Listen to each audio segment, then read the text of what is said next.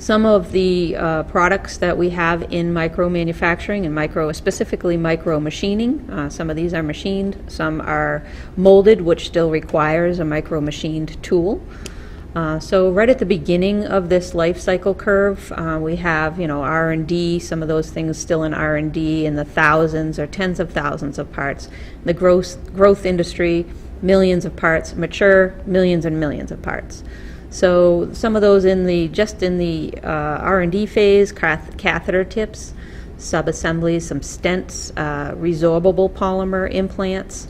And a resorbable polymer is PLA, or a polylactic acid. That polymer would get introduced in the body or implanted in the body and turn into carbon dioxide and water and kind of be flushed from the system when it's done its job. That material is between $3,000 and $22,000 a pound, so it's really good to use in a micro fashion, so I don't use a lot of material there. Microfiltration, just what it sounds like, filtering very small particles in either a liquid form or a powder form. Fuel cells, ophthalmic implants, a lot in the small little punctum plug, this little tear duct. There's actually a part that we do that gets implanted into that very small hole. Lenses behind the eye, hydrogel and collagen type products. We have anchors that would be used in suture devices that go with catheters or go get introduced via endoscope. Certainly suture devices, anything that gets sutured, put a needle in place and stays in the body for a period of time. Implantable clips. Then in the growth industry, we have sensors, surgical tools, gaskets, portable electronics. Certainly, some of those are actually in the mature and the growth.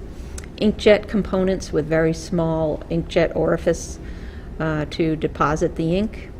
Pump components, fiber optics, LED lenses, hearing aids. Certainly, those all have micro machined or micro molded parts. Batteries, microfluidics, diagnostics, and drug delivery devices. In the mature area, we do get involved in some of those that get cost reduced, gears, bobbins, biopsy jaws, and again, some surgical instruments.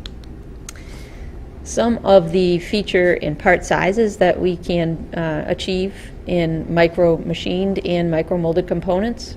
Again, wall thicknesses down to 1/1000th of an inch, and just to give you an idea, human hair is 4/1000th of an inch. So we can actually create geometry in either steel or a polymer that is 1/4 of a hair size thickness.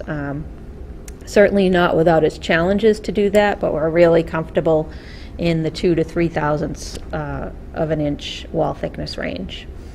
Surface features down to 3 microns, and I can show you some of those photos, some of those pictures of those parts in a bit. Tip radii for very sharp points. Those are for needles and for needle arrays.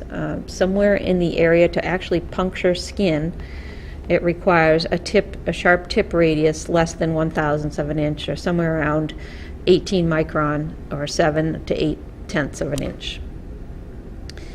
And then the smallest molded component that we've done is literally over 500 parts per plastic pellet in size. So we get our money's worth out of our pellets.